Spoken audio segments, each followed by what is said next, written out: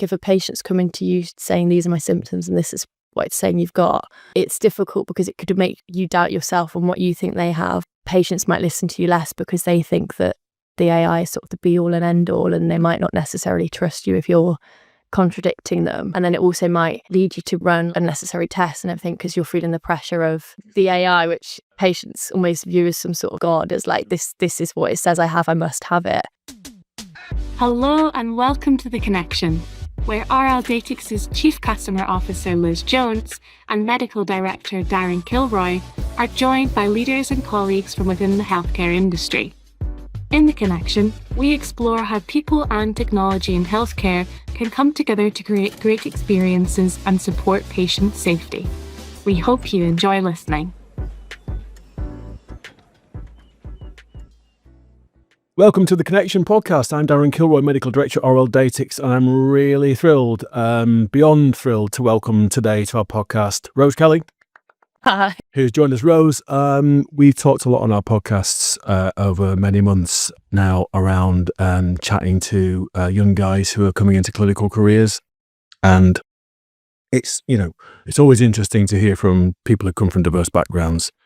And so we're really pleased you're with us today because our podcast is all around how people are negotiating the way between technology and humanity and in their daily life. So without further ado, Rose, and I'll be quiet, tell us a little bit about your background and how you came to be at med school right now. You've just finished year one. Yeah. And you're about to start year two. Give us the backstory. What's the story?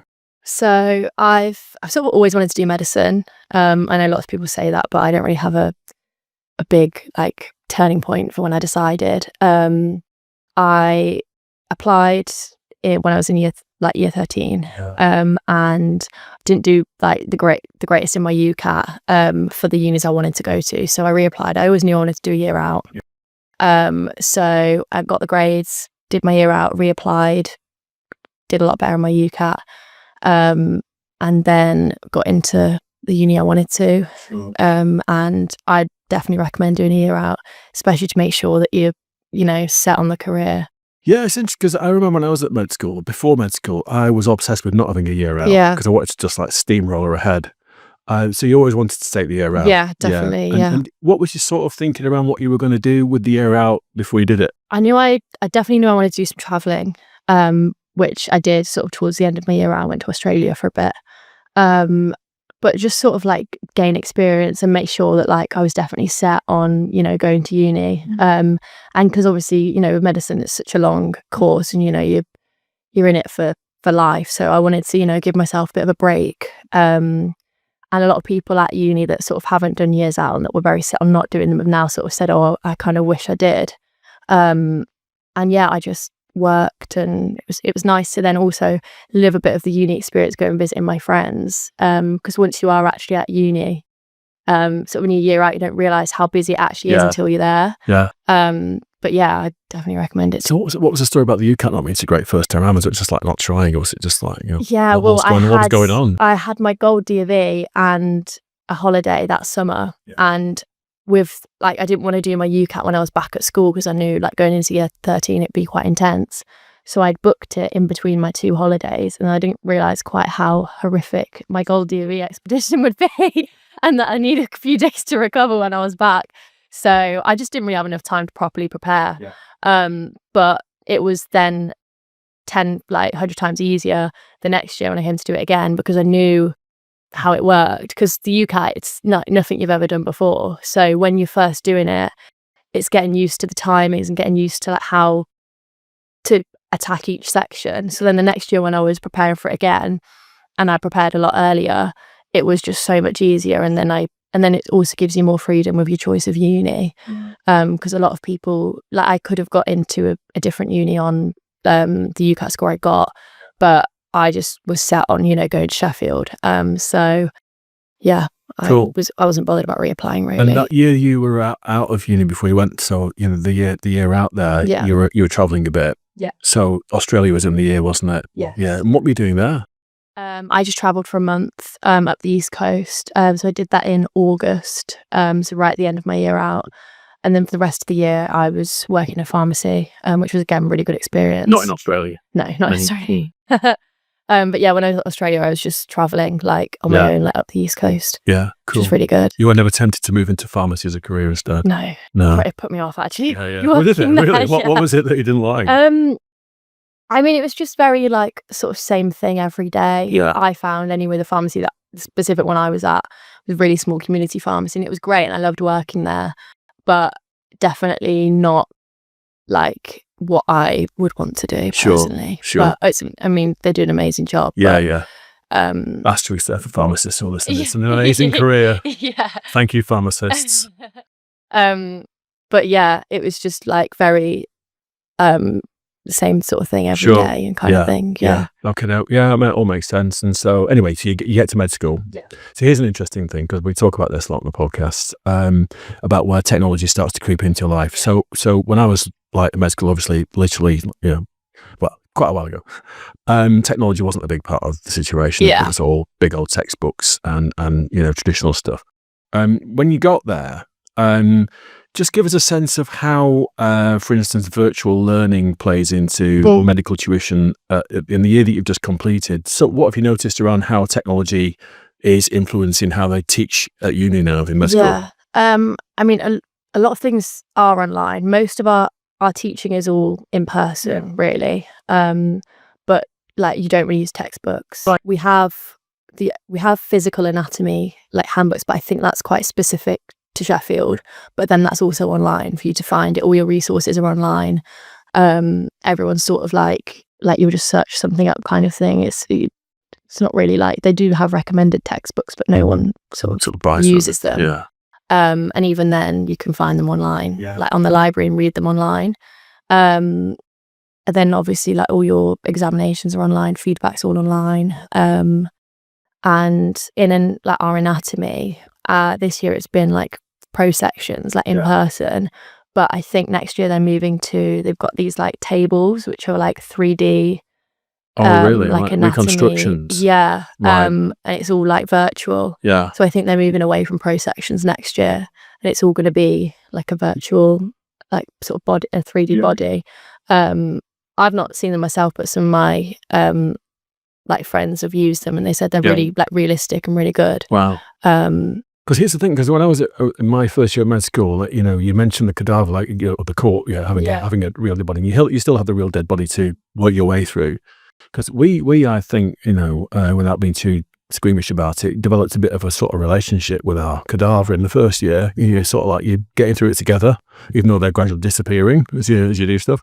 Is that still sort of the case? You still work through the dissection through the year? So we don't do the actual dissecting. Right. We just have pro sections that are already set up. So sometimes it will be like a whole body, or it might just be like an arm or a leg, depending on what we're doing. But I know at other unis they do still do the actual dissections. Like my friend is at a different uni, and she has the same like body for first year and second year. So I guess like that'd be the same sort of thing as you like developing a relationship. Yeah, for sure. And apologies, readers, if that sounds a little bit bizarre, but it's a one-sided relationship, but you sort of get the drift. Yeah.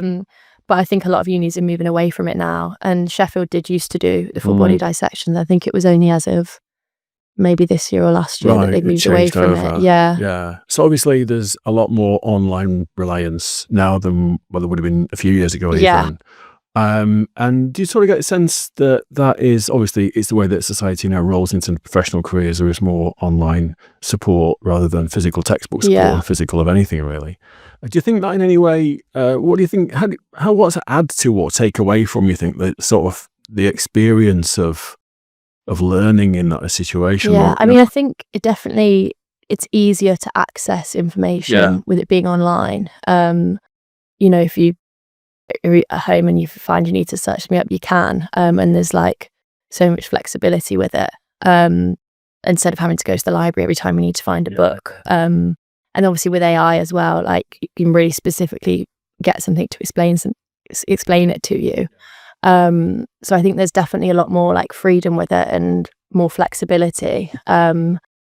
And obviously, you know, we still have like the in-person teaching, and, you know, lecturers are still like, oh, come and ask me questions. But then I think maybe people are less inclined to ask a question if they know that they can find the answer online. Well, here's the thing you see So now about, so you mentioned AI, which is great because there's a huge amount of debate, obviously, in healthcare at the minute, in general, and the influence of AI and machine learning and all that goes with that. And we've talked about that in some previous episodes. So just putting aside med school to 1 minute, when you sort of cast your out of interest, what's your sort of what's the big plan for you professionally in the future? Before we go on to AI. I'm not sure what I would want to specialize in. Currently, I think maybe geriatrics is my like interest, but obviously, like, I think until you're on the wards and have experienced it, you're not sure. I like the idea of moving away after I've done like all my training, even just for a few years. But again, I'm just not sure on like circumstances and everything. I felt the same. Come back to AI in a minute, but I remember what you say there about moving away. So I moved to Australia, and it was really hot, and you got a lot of sun cream, which wasn't great for my complexion. Moving there was probably a fundamental mistake for lifestyle reasons. But one thing I found in Australia was, of course, when you get through the door, a lot of the work is just the same as it was here. It's just a different accent, a lot warmer, but it's lifestyle. It is. But I digress, because it's good memories for me. So in terms of, you know, geriatrics or any other career for that matter, when you think about the future there, you talk to people now, of course, then they're putting all their symptoms into their phone, and their phone's telling them what it thinks they've got. And there's a huge amount of knowledge in that information because, of course, it's been gathered from huge data sets. So what are your thoughts on when you're down the line and you're grappling with all the technology and people come to you, whatever discipline you're working in, and they say, oh, I've been on my phone and I think I've got X, Y, Z. It's going to be difficult, isn't it? I suppose. Perhaps it isn't. To as a clinician, what's your responsibility there? You know, in terms of how what knowledge do you need to possess? Do you need to know the stuff that the AI knows anyway, or what are your thoughts on AI? And I think it's difficult because I think if a patient's coming to you saying these are my symptoms and this is what it's saying you've got, it's difficult because it could make you doubt yourself on what you think they have, and you know, patients might listen to you less because they think that the AI is sort of the be all and end all, and they might not necessarily trust you if you're contradicting them. And then it also might lead you to, you know, run like unnecessary tests and everything because you're feeling the pressure of the AI, which like patients almost view as some sort of like God, as like this is what it says I have, I must have it. It make you like question yourself. But then equally, you wouldn't want to not run the tests and then end up being wrong and proven wrong by AI. So I feel like it could definitely put pressure like on like clinicians in the future. And like it's even hard now when a patient has Googled it and thinks they've got something to sort of help them like move away from that, especially when they've got, you know, like AI telling them like, you've definitely got this, you need to have all these tests run, and they're telling you what they need to have done. It probably is, you know, it'd be quite hard to persuade patients away from that, and then also doubting yourself. That's what I think. I mean, because it's going to be interesting, isn't it, to see whether or not AI is, because it can be friend or foe, can't it? I suppose it's going to be. You'd like to think it was going to be your ally as a clinician, as a professional, and work with you to try and get answers more quickly and more reliably for people, for patients. But we've got to be careful that we don't like end up in an adversarial position with it, you know, where we're fighting it all the time. And equally, is like as much as like clinicians might use it in a certain way to help them with like diagnosing and speeding things up, obviously patients also have the same access to it. So it's like, and then you're interpreting the same information like differently. Because by then, of course, you might just be a hologram. You know what I mean? You might just be. You might never leave the clinic. You just appear virtually to people, you know, as part of the AI functionality. But it'll be interesting to see how that works out. Yeah, definitely. You know? So, what takes you to sort of think about geriatrics? You mentioned elderly patients and geriatrics. So what's the thinking there? To be fair, working in the pharmacy, I worked in like a really small community pharmacy, and most of our patients were like the elderly. And I was just on the counter, so it's like very patient facing. And I just love getting to know them. And obviously, like, it's general, like you don't fully specialize because, you know, older people have so many different like conditions.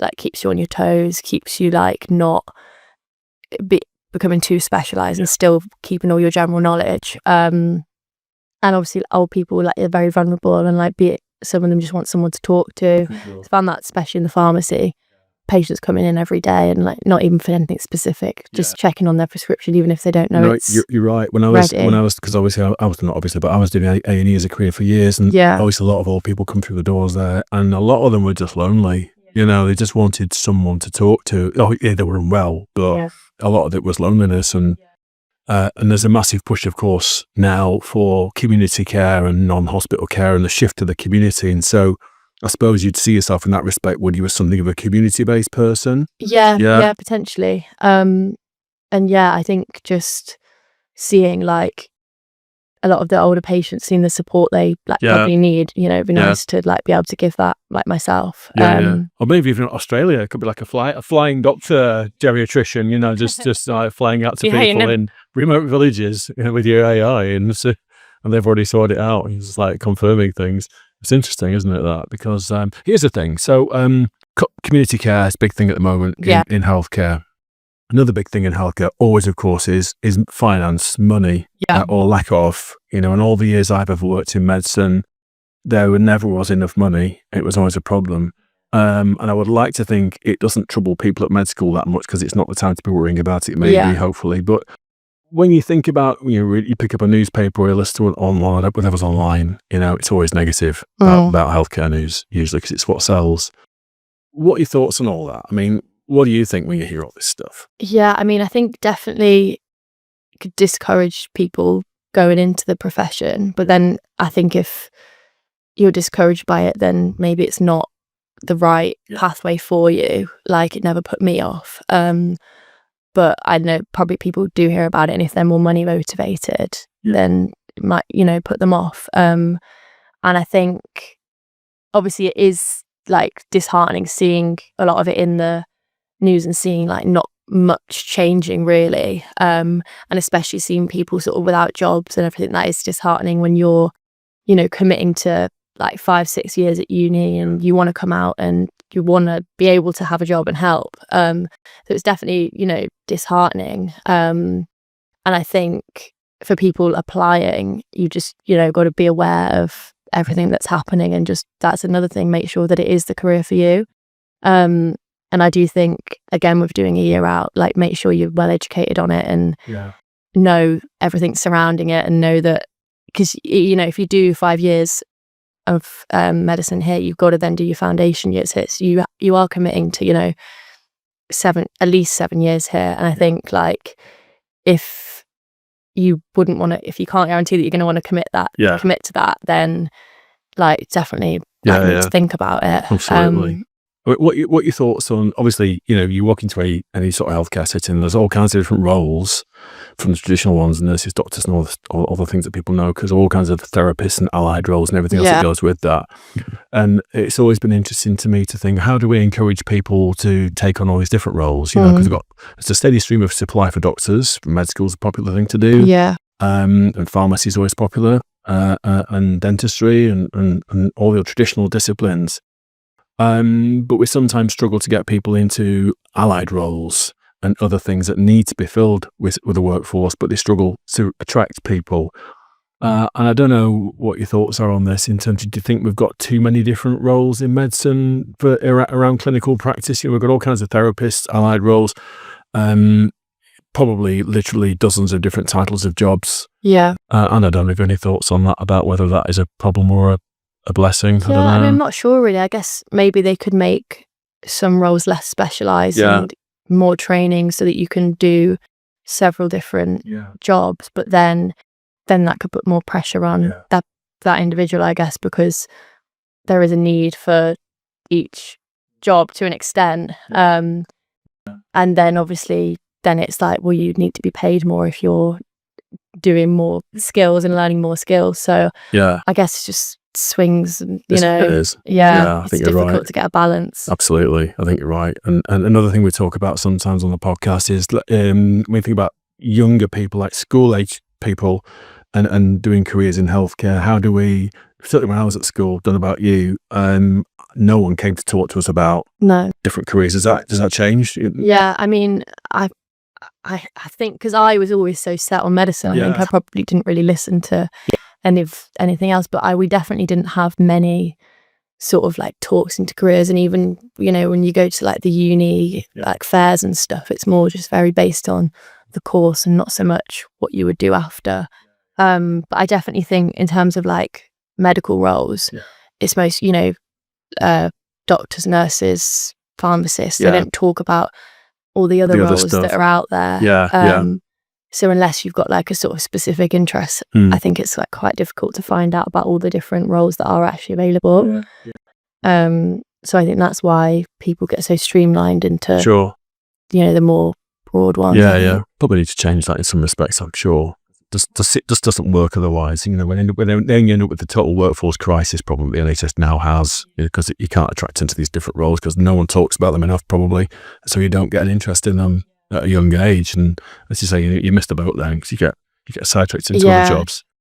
Where we're at these days, this is about gender equality in medicine now. So back in my day, lots of male people in my year at med school. How's it sit? Obviously, you're female, and so how's it sitting these days in your med school year in terms of the split between male and female undergrads? Any sense on that? And it's not a test. I mean, I'd say it is probably about 50-50, to be fair. If anything, maybe more females. I'm not actually sure. How many's in the year? Do you know? I think it's about 300. Right, it's big, isn't it? I think it is probably about 50-50 if I'm just thinking about my lecture hall.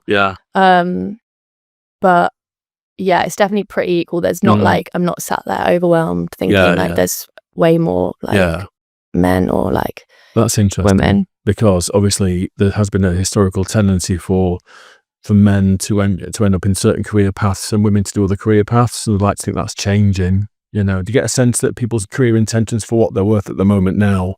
Do you sense that sort of diversity about people? You want to do geriatrics, other people might want to do plastic surgery or ophthalmics. Do you get a sense that gender's less of an issue now? Yeah, I think so. And I think even with like our lecturers, we have a very like broad like mix of lecturers, and it's, you know, potentially even more female lecturers than male lecturers, which is good because it's good to see, you know, people in roles that you would want to do, that you know, you see that people are actually doing them. So yeah, I think it's definitely like pretty equal. I think now. That's great. And so here's the thing about thinking about the like medicine as a career in general. Now, obviously, there's a huge push for safety in care, as there should be. About care has to be fundamentally safe. In my med school days, no one really talked about what that meant. It never came up, you know, about what would be safe and what makes care unsafe. Does anyone ever talk about that now? Your experience so far in med school yet? Because you do some clinical attachments, don't we? Now, we didn't do that when I was at med school at that stage. That's brilliant.